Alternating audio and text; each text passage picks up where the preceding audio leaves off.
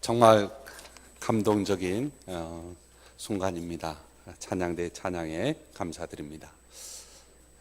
성도 여러분, 오늘은 약간 추운 날이지만은 내일 모레면 절기상 입춘과 경칩 사이에 들어있는 우수입니다. 이미 우수 무렵이면 날씨가 많이 풀리고 봄 기운이 돋고 초목이 싹 틉니다. 우수는 눈이 녹아서 비나 물이 된다는 날이니 곧 날씨가 풀린다는 뜻입니다. 그래서 우수경칩에 대동강물이 풀린다는 말도 생겨났습니다. 감사할 따름입니다. 하나님께서는 자연의 운행에 관여하시고 계절보다 먼저 봄 기운을 만드시는 분이십니다. 우리 앞뒤 양옆에 있는 분들과 인사 나누겠습니다. 반갑습니다. 봄을 맞이할 준비를 합시다. 이렇게 인사하겠습니다. 반갑습니다. 봄을 맞이할 준비를 합시다. 봄을 맞이할 준비를. 우리 집 뒤편에도 우리 마음에도 침대에도 곳곳에 봄의 기운이 따뜻하게 임하시기를 축복합니다. 일전에 가족들이 저녁 식사를 하는 장소에 시주승이 한 분 들어오셨습니다. 여러 테이블을 돌아다니면서 깊이 머리를 숙여 시주를 기다렸으나 응하는 사람이 없었습니다. 저는 내가 목사이니까 내 자리는 들리지 않겠거니 하면서 무심하게 앉아 있었습니다. 그런데 제 자리에 와서 같은 태도로 고개를 숙였습니다. 저는 생각이 정리하기도 전에 지갑을 꺼내 작은 것을 나눴습니다. 그런데 지난 명절 하늘이 너무 청명하여 서남사에 들렸고 내려오는 길가 상점에 차를 멈추고 가게에 들어가 아메리카노를 주문했습니다. 계산하려고 보니 지폐도 동전도 한 푼이 없었습니다. 어젯밤 순천을 떠나는 아들에게 주었던 게 생각이 났습니다. 죄송하다며 카드를 내밀었습니다. 그랬더니 카드 계산이 어렵다고 합니다. 제가 민망한 모습으로 머리를 걱적걱적 이렇게 하니까 주인이 그럼 그냥 드시지요 하는 거예요. 고맙습니다. 다음에 또 뵙겠습니다. 인사를 하고 차를 들고 차에 올랐습니다. 커피 맛이 그런대로 좋았습니다. 한 모금 마시는데 지난번 식사 자리에서 시주한 장면이 떠올랐습니다. 피식하고 웃음이 이렇게 나왔습니다.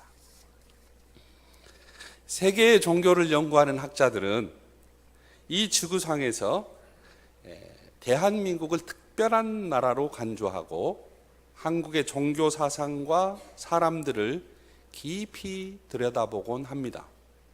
이유인즉 각 종교는 사랑과 평화를 강조하지만 세부적으로 들어가면 서로 갈등하는 지점이 있습니다. 그 갈등에 초점이 맞춰지고 갈등이 커지고 표면화되면 유혈폭동, 죽임, 전쟁의 상황으로 곧장 내몰리게 되기 때문입니다. 그러나 한국은 서로 다른 종교가 공존하고 있지만은 서로 죽이고 죽는 상황까지 가지 않는 지구상의 참 독보적인 그런 평화로운 민족이라는 거예요. 그래서 앞으로 인류가 이 지구상에서 살아가는 방법을 배우려면 한국을 연구해야 된다. 이렇게 주장하는 사람들이 상당히 많이 있습니다. 다음 주일 8시 주일 1부 예배 그리고 11시 주일 2부 예배 시간에는 3.1운동 100주년 기념 우리가 예배를 드리게 됩니다. 이미 순서가 이렇게 확정이 돼서 지금 순서를 맡은 분들에게 전달이 됐을 줄로 알겠는데요.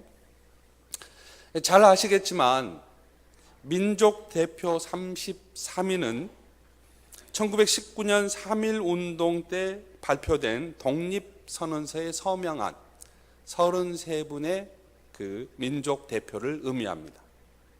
근데 종교별로 나누어 대표를 선정했는데요. 천도교 15명, 기독교 16명, 불교 2명이 참가했습니다. 당시 기독교는 인구의 1.5%에 불과했습니다. 100명 중에 1명 내지 2명이었다는 말이죠. 그런데 교회가 민족 만세 운동의 근거지였고 성도들이 적극적으로 참여했습니다. 저도 지금 총회 역사위원회에서 이 일을 하고 있는데요. 제가 한 1년 동안 연구해 본 결과 얻은 그 내용이 어느 곳에 미션 스테이션, 그러니까 선교부가 있었거나 기독교 학교가 있었거나 교회가 있는 곳에서는 3.1 운동이 일어났어요. 그런데 교회가 없는 곳에서는 일어나지를 않았습니다. 그래서 교회가 거룩한 교회로서 민족의 동반자였구나. 하나님께서 이 민족의 크고 작은 일에 간섭하였기 때문에 가능한 일이었구나 하는 그런 고백을 하게 되었습니다. 우리가 오늘 함께 읽은 본문은 요셉 이야기의 한 부분입니다. 본문에는 하나님이 어떻게 요셉의 삶에 간섭하시고 또 요셉의 삶에 하나님의 뜻과 계획이 어떻게 숨어 있는지를 보여줍니다. 한 사건이 있었습니다. 13년 전의 일입니다. 지금 요셉과 형제들이 운명적으로 얼굴을 맞대고 있습니다.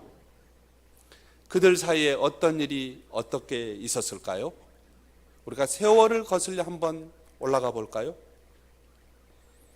요셉의 형제들은 아버지 야곱이 어린 동생 요셉을 더 사랑하고 채색 옷을 입히는 게 싫었습니다. 꿈꾸는 요셉이 미웠습니다. 하루는 아버지 부탁을 듣고 요셉이 형들이 양떼를 잘 돌보고 있는지 알아보기 위해서 헤브론을 출발하여 세겜을 거쳐 도단에 도착했습니다. 형제들이 요셉이 가까이 오는 것을 보고 그를 죽이고자 했습니다. 르우벤의 간곡한 만류에 따라 그 생명은 해치지 않고 채색 옷을 벗기고 구덩이에 던졌습니다. 마침 미디안 상인들이 지나갈 때 형들이 요셉을 구덩이에서 끌어올리고 은 20냥의 요셉을 이스마엘 사람들에게 팔아 넘겼습니다. 그들이 요셉을 데리고 애굽으로 가서 바로의 친위대장, 요즘 말로 말하면 경호실장입니다. 대통령 경호실장 이 보디발에게 팔았어요. 물론 형제들은 요셉의 옷을 가져다가 숫염소를 죽이고 그 옷을 피해 적시고 아버지 야곱에게 가져다 주면서 말했습니다.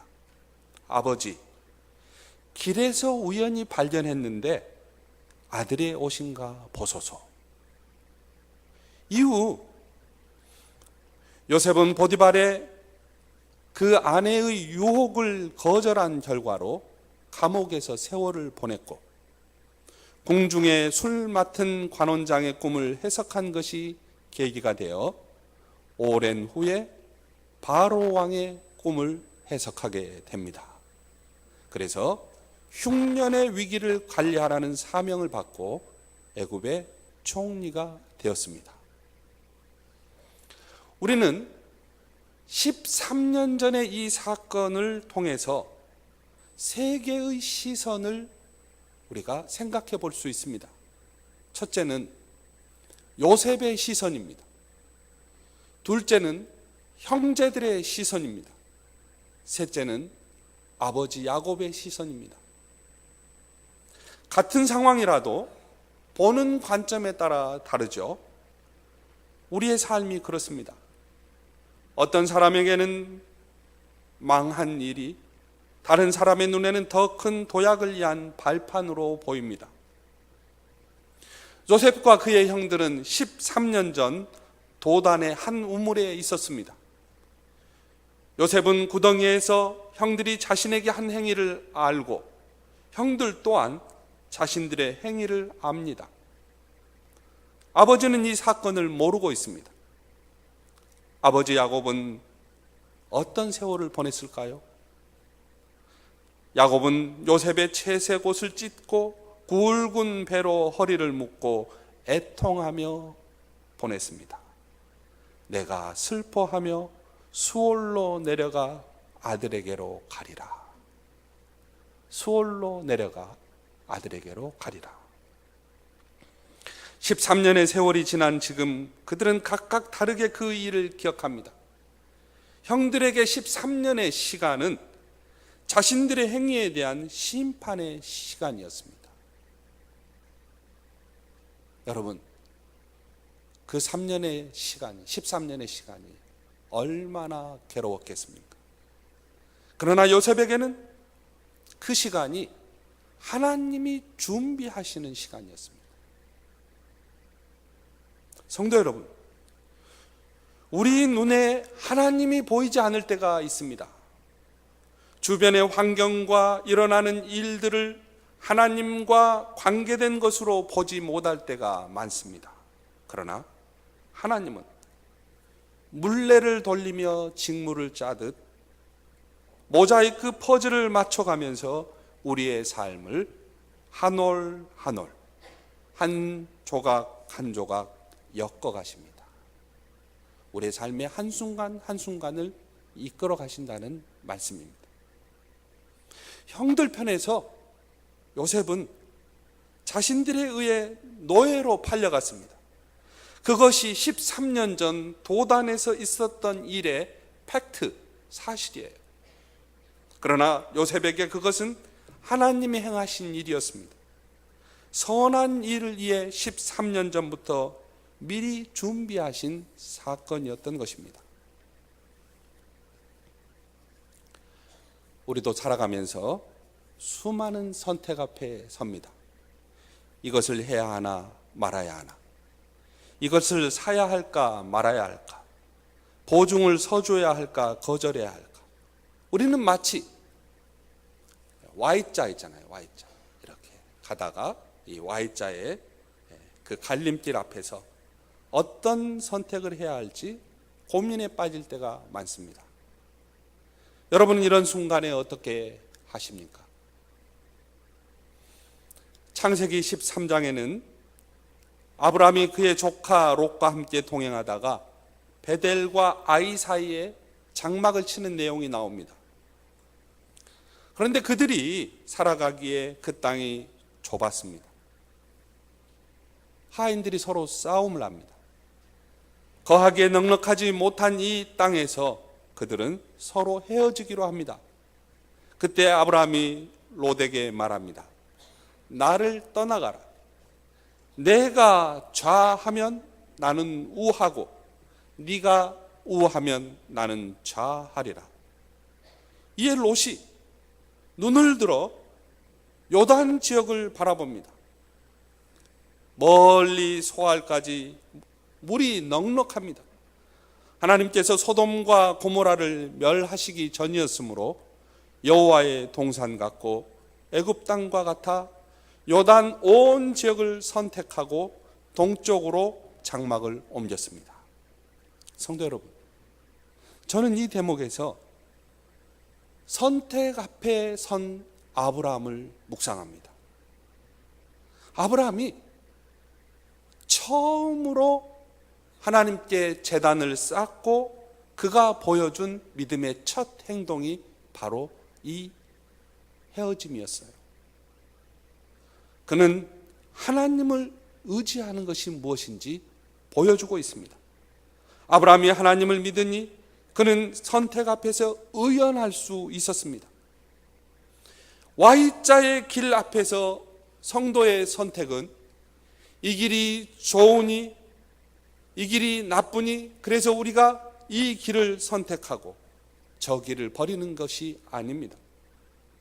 우리가 기도하는 것은 내가 어떤 선택을 하든지 그 길에 하나님의 뜻이 있고, 그 길에 하나님이 동행하시고, 하나님이 나보다 먼저 거기 가셔서 그 길을 예비하시고, 하나님이 먼저 준비하시고 행하심을 믿고 맡기는 것입니다.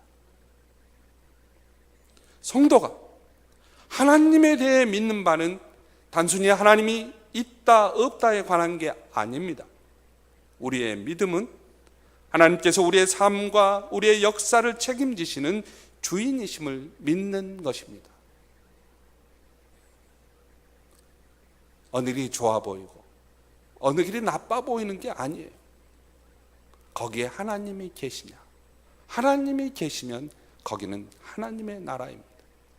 하나님이 계시지 않으면 거기는 하나님의 나라가 아닌 것입니다.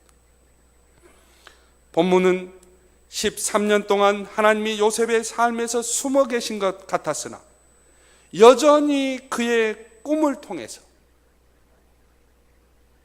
술 맡은 관원장 바로와의 대화, 여전히 그의 꿈을 통해서 요셉의 삶에 관여하고 계심을 알 수 있습니다. 이제 13년의 세월이 지나자 하나님은 가족들을 다시 만나게 하셨습니다. 요셉은 자신이 누구인지를 드러내고 있습니다. 자신의 삶에 개입하신 하나님을 증언하고 가족들에게 흉년의 시기를 넘어가자고 그들을 초대하고 있는 것입니다. 성도 여러분, 요셉의 이야기에서 역사를 뚫고 전해오는 그 소리가 들리십니까? 5절이에요. 하나님이 생명을 구원하시려고 나를 당신들보다 먼저 보내셨나이다. 하나님의 행하심이 비록 그동안 숨어있는 듯 했으나 요셉을 통하여 생생히 드러나고 있습니다. 지금 요셉은 역사의 주인이신 하나님을 형제들에게 선포합니다. 우리 7절을 다 함께 읽겠습니다. 7절입니다. 45장 7절입니다. 하나님이 큰 구원으로 당신들의 생명을 보존하고 당신들의 후손을 세상에 두시려고 나를 당신들보다 먼저 보내셨나니. 5절 7절에서 하나님은 먼저 행하시는 분이십니다. 우리는 한국의 기독교 역사에서도 이것을 확인할 수 있습니다. 하나님은 선교사들이 입국하기 전부터 한국의 상황에 관여하시고 복음이 뿌려질 수 있도록 한국의 풍토를 기경하셨습니다. 작가 정년이라는 분이 양화진이라는 소설을 쓰셨는데, 이 소설에서 1885년 당시 조선에 도착한 선교사들의 그 한계 상황과 그리고 폐쇄된 조선 사회의 열악한 모습 속에서 하나님이 어떻게 일하시는지, 앞서 행하시는 하나님의 은총을 선교사의 기도라는 제목으로 이렇게 소개했습니다. 제가 한번 읽어보겠습니다. 오 주님, 지금은 아무것도 보이지 않습니다. 주님, 메마르고 가난한 이곳 조선 땅, 나무 한 그루 시원하게 자라지 못하고 있는 땅에 저희들을 옮겨와 앉히셨습니다. 그 넓고 넓은 태평양을 어떻게 건너왔는지 그 사실 자체가 기적입니다. 주님께서 붙잡아 뚝 떨어뜨려 놓으신 듯한 이곳, 지금은 아무것도 보이지 않습니다. 보이는 것은 그저 고집스럽게 얼룩진 어둠뿐, 어둠과 가난과 인습에 묶여있는 조선 사람들 뿐입니다. 그들은 왜 묶여있는지도, 그것이 고통이라는 것도 모르고 있습니다. 고통을 고통인 줄 모르는 자에게 고통을 벗겨주겠다고 하면 의심부터 하고 화부터 냅니다. 조선 남자들의 속셈이 보이질 않습니다. 이 나라 조정의 내심도 보이질 않습니다. 가마를 타고 다니는 여자들을 영영 볼 기회가 없으면 어찌할까 싶습니다. 조선의 마음이 전혀 보이지 않습니다. 그리고 저희가 해야 할 일이 보이지 않습니다. 그러나 주님, 순종하겠습니다. 겸손하게 순종할 때 주께서 일을 시작하시고 그 하시는 일을 우리들의 영적인 눈이 볼 수 있는 날이 있을 줄 믿습니다. 믿음은 바라는 것들의 실상이요 보지 못하는 것들의 증거니라고 하신 말씀을 따라 조선의 믿음의 앞날을 볼 수 있게 될 것을 믿습니다. 조선의 믿음의 앞날을 볼 수 있게 될 것을 믿습니다. 지금은 우리가 항무지 위에 맨손으로 서 있는 것 같사오나 지금은 우리가 서양 귀신 양귀자라고 손가락질을 받고 있사오나 저들이 우리 영혼과 하나인 것을 깨닫고 하늘나라의 한 백성 한 자녀임을 알고 눈물로 기뻐할 날이 있음을 믿습니다. 지금은 예배드릴 예배당도 없고 학교도 없고 그저 경계와 의심과 멸시와 천대함이 가득한 곳이지만 이곳이 머지않아 은총의 땅이 되리라는 것을 믿습니다. 주여, 오직 저희의 믿음을 붙잡아 주옵소서. 선교사의 기도의 내용입니다. 이 땅에 왔던 선교사들은 하나님이 그들보다 앞서 조선에 가 계시고 그들보다 먼저 조선에서 선교적 상황을 준비하신다는 사실을 굳게 믿었습니다. 그렇습니다. 성도 여러분, 하나님은 앞서 행하시는 분이십니다. 여러분 혹시 하나님이 여러분에게서 떠나 계시고 숨어 있다고 생각하는 분 계신가요? 이사야 49장에서 하나님이 바벨론에 살면서 고통당하던 이스라엘을 구원하시마 약속하실 때 예루살렘에 남아있던 백성들의 불평하는 소리를 들었습니다. 하나님은 우리를 잊어버렸다. 하나님은 바벨론에 있는 백성들만 구원하시고 시온에 있는 우리는 버리셨다. 이렇게 불평했어요. 그때 하나님은 고통받고 있는 시온의 백성들에게도 그들을 향한 하나님의 사랑을 상기시키면서 이렇게 위로하셨습니다.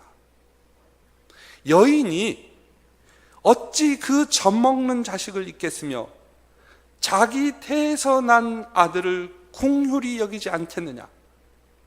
혹 그들은 잊을지라도 나는 너를 잊지 아니할 것이다.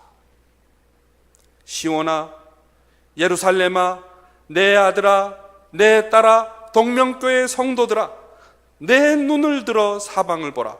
천지 사방에서 사람들이 다 모여 너에게로 올 것이다.